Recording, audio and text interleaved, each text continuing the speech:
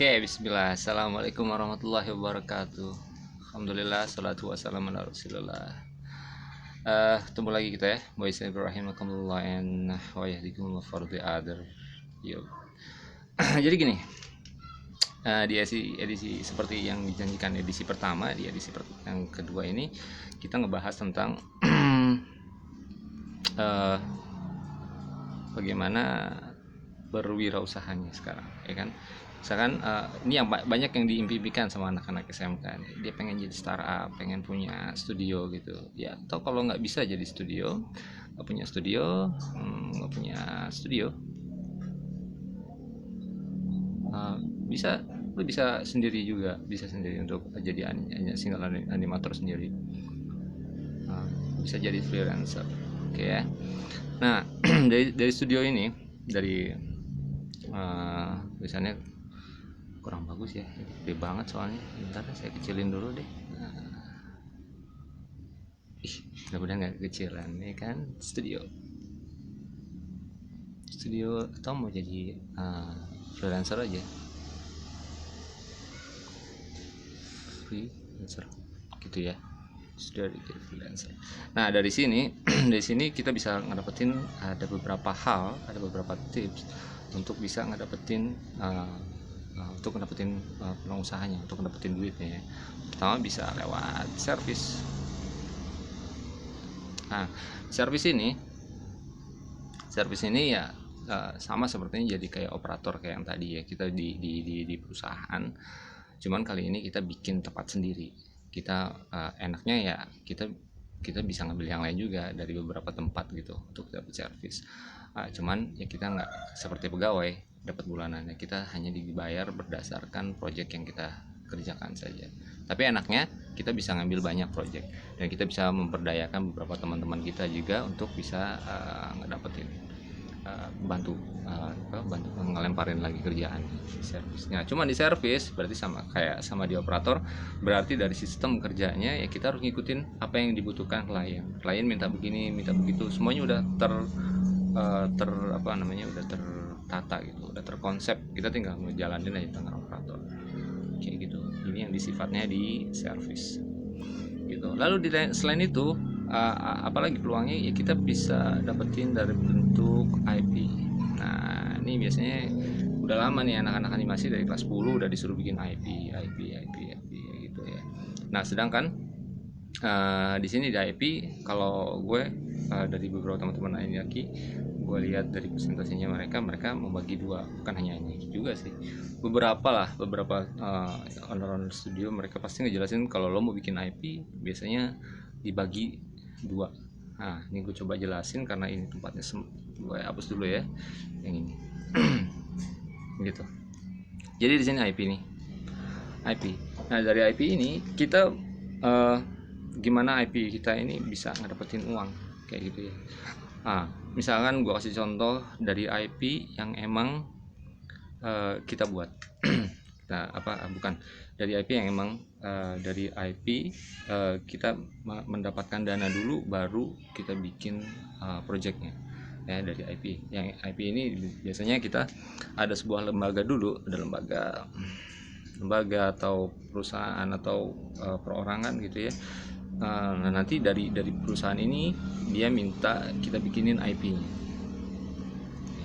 Jadi perusahaan dulu baru kita bikinin IP-nya.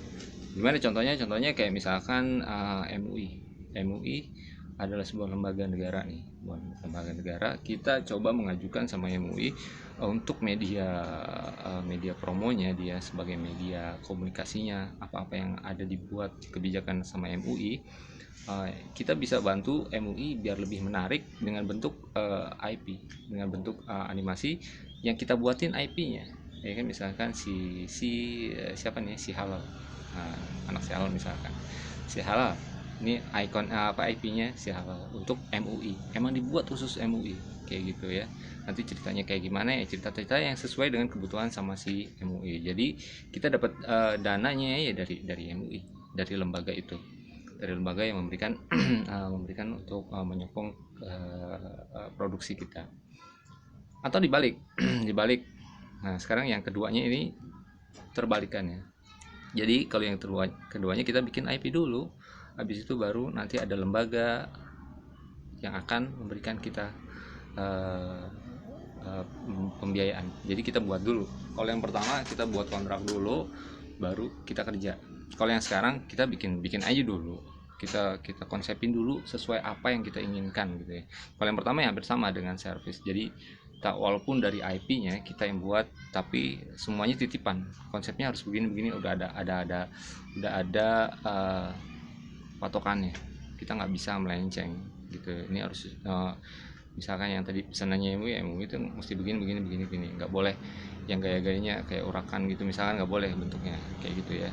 Nah ini kalau ini dibalik, terserah kita mau gimana. Nanti justru lembaga inilah yang melirik kita yang disamperin, atau kita coba menawarkan ini produk kita nih, cocok gak sama mereka. Kalau cocok ya mereka ambil. Contohnya kayak gimana ya, kayak Nusarara, kayak si Riko misalkan ya kan. Si Nusarara dia bikin dulu nanti kalau udah dibikin baru deh dia dapetin macam-macam pendapatannya, bisa dari YouTube misalkan ya, itu bisa dapet deh. Terus dari kalau dia mau bikin games, bisa aja dia bikin gamesnya, bisa bikin game, tambah di AdSense jadi kan, bisa dibikin aparelnya, bisa aparelnya bikin kaos-kaosnya cenderamata segala macem. Atau dia kayak kemarin dibikin seni pertunjukan, dia kontrak sama Dufan kan, dibikinin wahananya sama Dufan, seni pertunjukan juga tuh, pertunjukan bisa kayak gitu. Dan masih banyak banget nah kayak gitu ya. Nah berarti dari si IP yang kedua inilah justru dia nyiapin, baru dia nyari kayak gitu ya. Ini memang ada faktor keberuntungan juga, dan dia mesti melihat observasi juga. Yang kemarin sebelumnya yang pernah dibahas tentang siapa audiensnya ya, kita mesti cari dulu audiensnya yang paling banyak siapa nih. Nah mereka kan ngomongin pasar juga kalau ngomongin kayak gini ya, kayak gitu. Jadi itu aja nih dari IP ini ada dua. Jadi lembaga dulu baru kita bikinin IP, atau dibalik, kita bikin IP baru nanti ada lembaga atau institusi atau perusahaan atau apalah yang akan menyokong pembiayaan kita gitu ya kan. Kita mau gimana ya, tetap kita perlu biaya kayak gitu ya.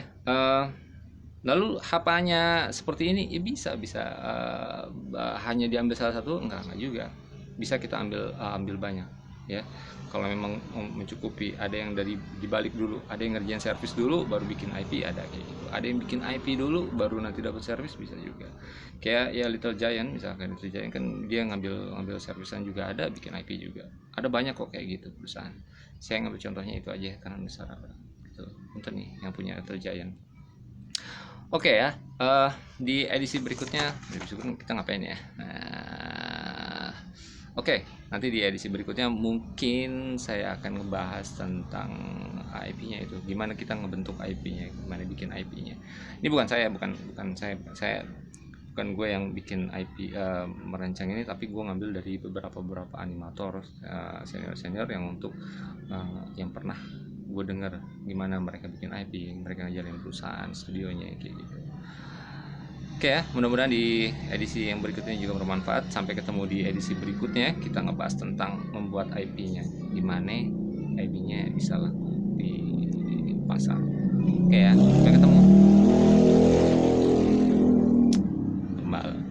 Assalamualaikum warahmatullahi wabarakatuh.